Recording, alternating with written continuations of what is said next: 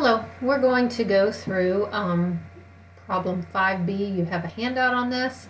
I've got the problem up here so I can show this solution over here. So if you would also print out this, if you don't have the handout, go ahead and print it off from Moodle. So first of all, we're going to record the adjusting entry. So this one kind of walks you through the chapter 4 and chapter 5.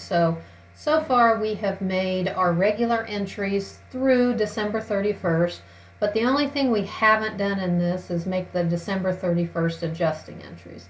You can see that they adjust their account monthly, so I just need to adjust for the month of December, and then this trial balance will be up to date. So I'm going to read off this one. Okay, you're going to post the adjustments in here just so we can see what the adjusted balances look like. But this is given in that's this one. You can see that all the numbers are exactly the same as this, 862, 600, etc. So these numbers are simply this one. So the first one is accrued but unrecorded and uncollected consulting fees total $25,000 at December 31st of the current year. So again, I'm going to ask myself on all these adjusting entries, what is affected, a revenue or expense, because every single adjusting entry has a revenue or expense in. And then I'm going to ask myself, has the money already changed hands? And if it has, for a revenue, the other side will be an unearned. If it's an expense, the other side will be a prepaid. And if it is, if the cash has not yet changed hands, the other side for a revenue will be receivable. The other side of an expense will be payable. So you can write that down or write out whatever you have to help you with adjusting entries. But we're going to go through these. So accrued but unrecorded and uncollected consulting fees earned totaled $25,000 at December 31st of the current year. So I asked myself, is it a revenue or expense? And it's a revenue. I have this page for you to actually write these journal entries on. If all you're going to do is listen to this video and watch me do it, again, you'll learn to watch me do it. That's about all you'll get good at. You have to really practice it. So stop, pause this video, and try to record this before I show you the journal entry. Okay? So I asked myself, is it a revenue or expense? It's a revenue, so I'm going to go down and credit consulting services revenue for $25,000. And it says accrued but unrecorded and uncollected, so I haven't yet received it, so I'm going to debit accounts receivable. So basically this could be a situation where they bill at the end of the month. So we are, remember, a place that helps people get jobs. So I've met with them during the month and I'm just going to bill them at the end of the month. So I'm sending out $25,000 of bills to different people or individuals that I've helped, and I book the accounts receivable. So I'm debiting accounts receivable, crediting consulting services revenue for $25,000. Now this is just to help me keep track of it. So notice I debited accounts receivable, so put $25,000 in the debit column next to accounts receivable, and I credited consulting services revenue, change that to revenue, and I credited it for $25,000. So if you notice, we now have $525,000 of consulting fees earned or consulting fees revenue because of everything I've done prior to December, and these are my December bills. So so far there should be $525,000 out here, but we might have more entries. So make sure you write it little or in pencil, etc. The company determined that $15,000 of its previously unearned consulting services fees had been earned. So basically, I had charged people ahead of time. When I charged them ahead of time, I debited cash and I credited unearned consulting fees. And I still have $22,000 of consulting fees that people have paid me for that I haven't done any work. And in the month of December, it says I have earned $15,000. Okay, so of the $22,000, I've provided services for $15,000 of them. So again, is it a revenue or expense? It's a revenue, and revenues are credits. So I'm going to credit consulting services revenue, and I'm going to take it out of unearned consulting services with a debit. So now I'm going to post it. and I have consulting services revenue right down here, and I add another 15,000. So you notice you're probably having two numbers in that little bitty hole, but you can fit it in there. And I'm debiting unearned consulting services revenue right here. So I'm debiting it for 15,000. So notice I had 20,000 in the credit side. These are my credits. These are my debits. Debits, credits. Okay, and so I had a credit of 22,000. I debited it for 15,000. So right now I still have a credit balance of 7,000. 22 minus 15 is 7,000 that I have left on the credit side. Next one, office supplies on hand, total $300. Notice they tell me it's on hand. I only expense the portion that's used. So I'm going to go up here and look, and I've got 800 in office supplies, and I want this balance to be 300. So to get from 800 to 300, I need to take 500 out. So an asset that's used up becomes an expense, converting assets to expenses. So I debit office supplies expense, and I credit office supplies. So go post it up here. I'm going to debit office supplies expense for 500 and credit office supplies. So notice this is a debit, that's a credit, and my balance is going to be 300.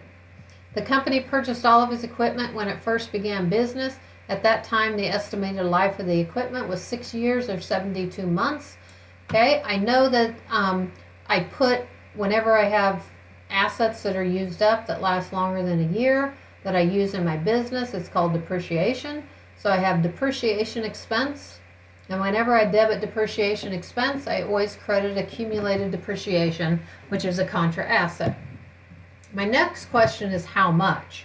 It says I purchased all of the equipment when it first began business. So I go up here and I look at office equipment. And the only time I adjust this account right here is when I buy equipment or sell equipment. And it says all of it was bought at the same time. So $72,000 divided by 72 months is $1,000 that's going to be used up a month.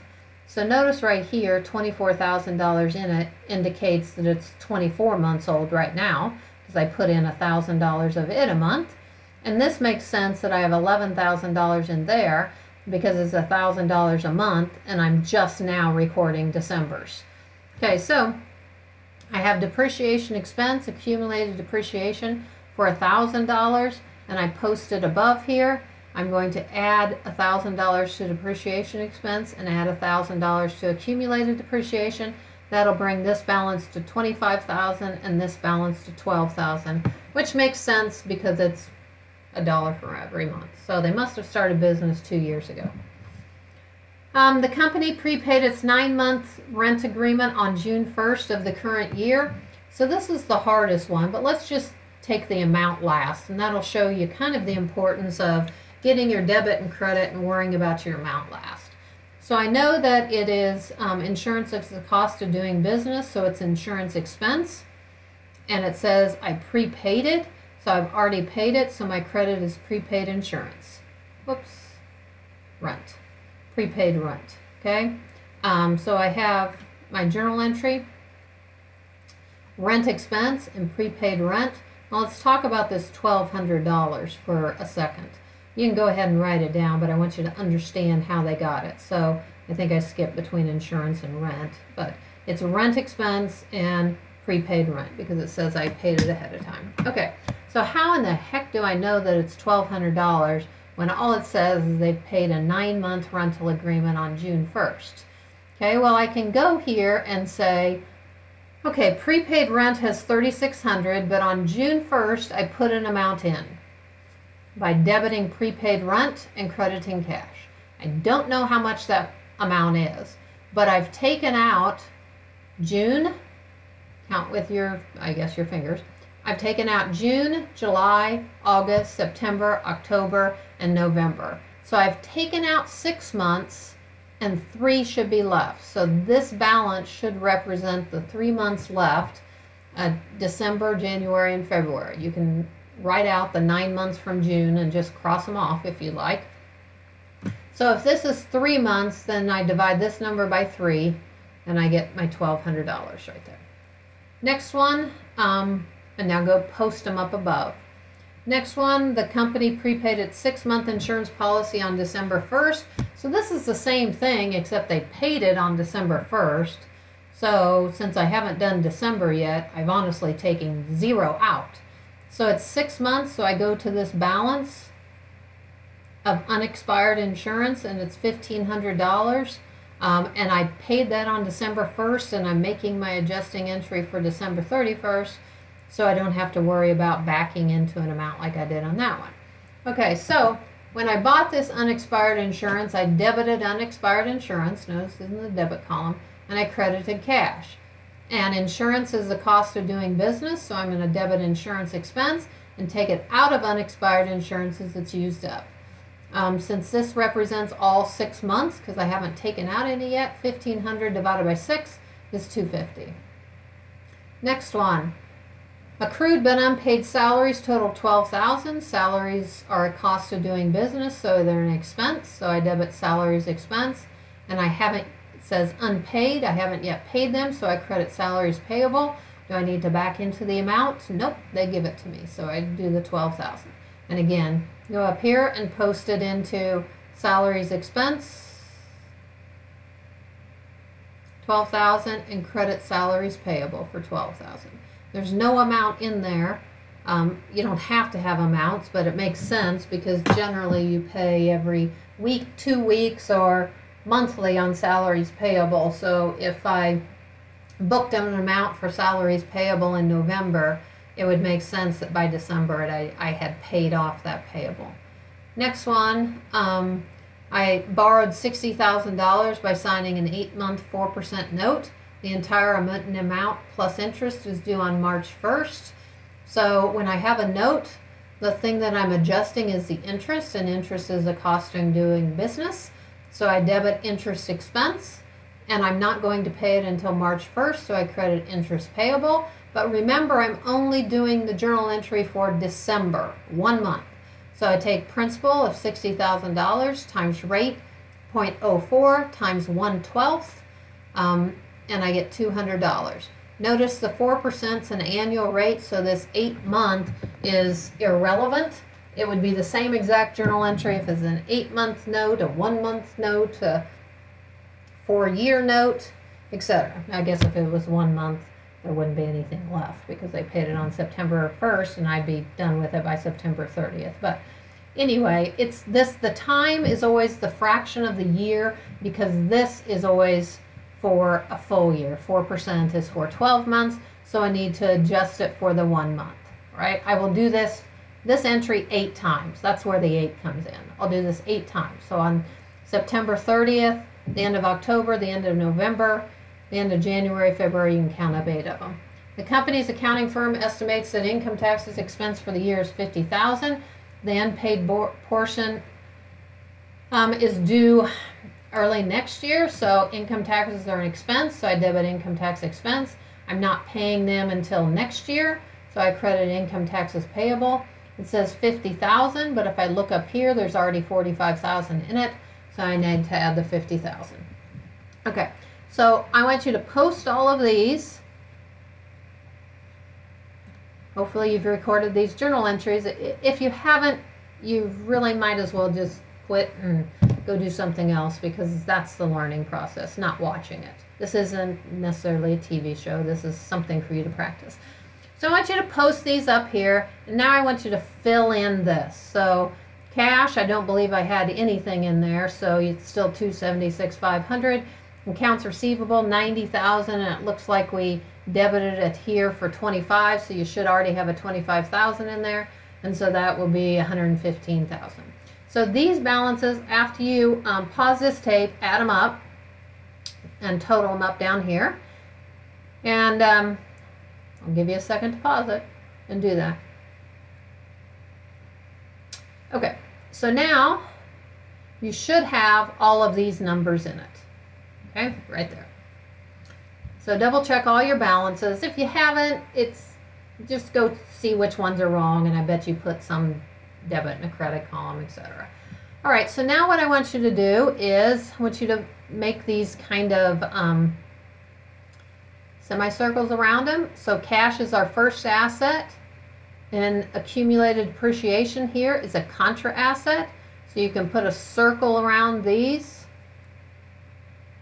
These are our assets. Okay? Assets, contra assets. So all of those are your assets. Our liabilities come next. So it's accounts payable through unearned consulting fees. So I need from my 4,000 down to my 7,000. So draw a circle around that.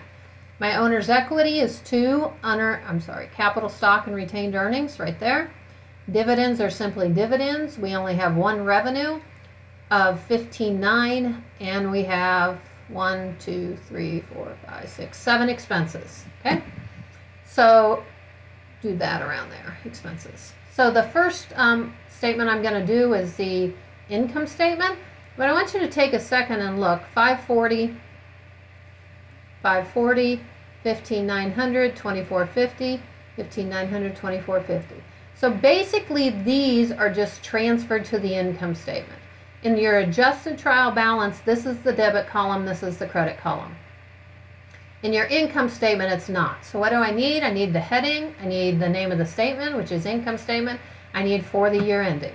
So then I list my revenues, I list out all my expenses, I list out all my expenses, with the exception of income tax. I'll talk about it in a second. So I list out all the expenses taken straight from here. All these numbers right here, just straight down, just put them there. Okay? I don't care which order that you have them in. I would probably put them in the same exact order they have them on here. Okay? So I total them up with the exception of income taxes, then subtotal before I do income taxes. The reason you subtotal before income taxes is because people have told the FASB, investment or financial statement users have told the FASB that they would like a subtotal before income taxes because income taxes affect the businesses so differently. They want it separated out. So I still subtract the $50,000 of income tax expense just exactly like you subtract these. I simply subtotal before I do it. So if you forgot to do this, you've lost a point because you're supposed to separate income taxes, but you're going to get the same exact net income. So it's a very minor error, not subtotaling before income taxes. So remember my net income is 104,650, right? The next thing I do is the retained earnings statement, which has a similar heading, name of the company, name of the statement, and for the year ended. You have to have that. I start out with my retained earnings beginning of the year. I'll get back to that in a second. I add my net income, so bring it down from above. I subtract my dividends of 3,000, and then I have the end of the year. So beginning retained earnings plus my net income minus dividends equals end of the year. Okay, so we know where this 104,650 comes in. This retained earnings, the beginning of the year, I don't remember if you remember from the prior one, this retained earnings is the only account on here that's technically not December 31st. This is the balance in it as of January 1st. So this is your beginning retained earnings. So I would write that out to the side, beginning retained earnings. So 40,000, and notice our dividends are 3,000. So if you think about it, all of our net income was added into this because there's our net income and there's our dividends. So beginning plus net income minus dividends equals ending. So beginning of 40 plus net income, which has revenues and expenses in it, minus dividends equals ending. Okay, now last I do the balance sheet. So remember this 141,650 because it comes straight down here to ending retained earnings of 141,650. Okay, so hold on to that thought, but basically these are simply all my assets. Again, these are not debit and credit columns. They're just two columns to make it look prettier. So let's see, cash is 276,500. Hopefully you have yours in front of you. 276,500, 115,300. I'm simply listing all my assets. 276,500, 115,300, etc., etc. For the equipment, I pull it in just to make it look prettier because accumulated depreciation is a contra asset. Remember, it has a credit balance up above. So I take my 72,000 minus my 25,000 to get 47,000. So here's my total assets. I list out my liabilities. This problem has a lot of them, and I total them. And they're simply straight from the trial balance, straight from these numbers right here. Okay, remember it's through unearned consulting fees, so if this were 2 pages, I'd just have them side by side there, and I'd already put a little semicircle around these, so it's just listing these accounts. Then I have my owner's equity. Capital stock comes from the adjusted trial balance that I was just at. And then ending retained earnings comes from this statement up here. So draw a line from here down to there. Okay, after I do my 3 statements, I would honestly do my cash flow statement, but this textbook doesn't do that. Next one, I close. Okay, so I'm actually going to pause this a second. Okay, this is your outside numbers here. So all of these numbers right here are this one. So this is the adjusted trial balance. I just wanted it side by side here. Okay, so the next thing we're going to do after we prepare our formal statements is we're kind of done with the year. So once we're done with the year, we tidy up and start next year. And how in the heck do we tidy up? We make sure that retained earnings has this balance in it, $141,650 instead of the $40,000. So how do I make sure this $40,000 gets to $141,650? Well, I add net income, and net income is revenues minus expenses less dividends. So I do closing entries. So your first closing entry is I need to close my revenues to income summary. This has a debit balance. I'm sorry, this has a credit balance. So I close it with a debit and credit income summary, right? So a little T account here. Here's my income summary. Okay, so my income summary, I just credit it for $540,000. Very good. Okay, and then I close all my expenses. So all of these have a debit balance, so I close them with a credit. So I just usually debit income summary and leave this amount blank. But then I credit all my expenses. You have to list them out individually, add them up, and debit it. So I'm going to go over here, and I've debited income summary. Let's see if I got it in the right place. Okay, so now I draw a line here.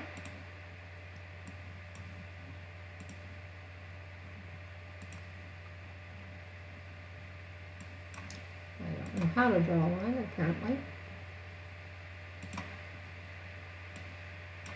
Okay, and I've got $540,000 on my credit side, $535,350 on my debit side. Okay, and so I net these two out, and you can see again I have $540,000 on my credit side. This is income summary. $535,350 on the debit side. So I net them out, and I have $104,650 more on credit side. The third step is to close income summary. So notice it has a credit balance.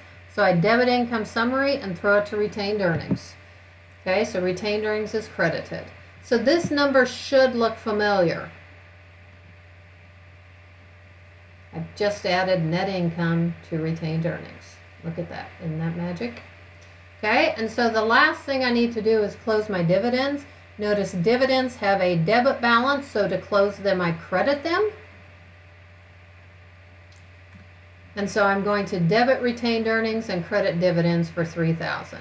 So if I did a T account of retained earnings,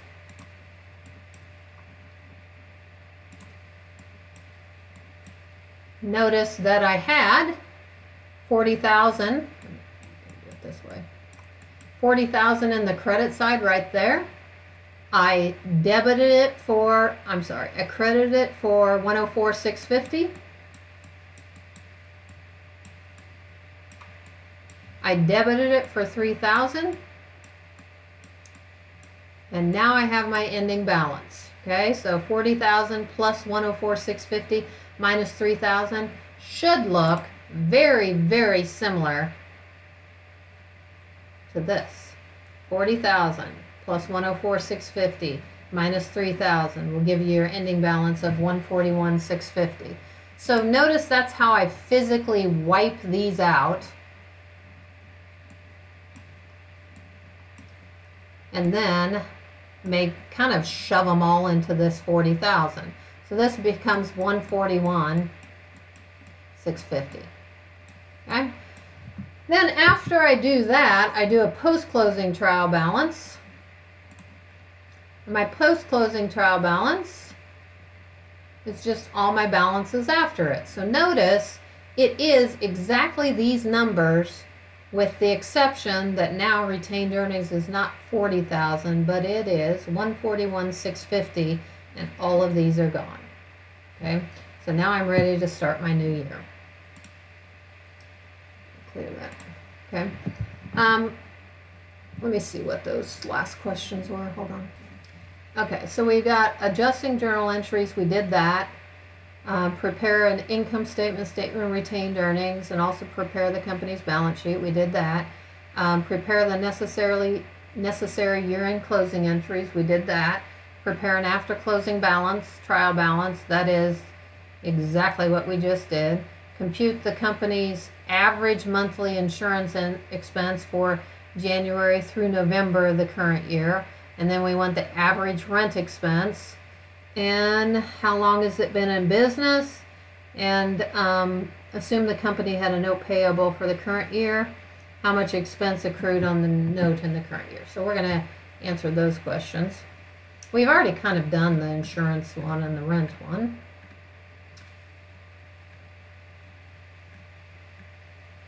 Okay, so insurance expense, I'll be there. Beautiful. Insurance expense is, this is my adjusted trial balance, so it's that final column in the one that you hand wrote in. So we have insurance expense is $24.50. I'm adding, I'm subtracting out December, so honestly you could have gone to this one to get my insurance expense there. 2,200. Divided by 11 months, it's $200 a monthly. So notice that it must have gone up, because in December we adjusted it for $250, and here we decided it was $200 a month. Okay, so I just took the $2,200 on this one, divided by 11 months, so it must have been $200 a month. But look at your December 31st adjusting entry. Your December 31st adjusting entry was for $250, so we must have had a monthly increase. Rent expense. So I've got rent expense incurred. So where's my rent expense? Maybe on the right one. Rent expense is $15,900. June through December, we know that it's $1,200 a month. So if it's $1,200 a month for June through December, that we know then January through May is $7,500.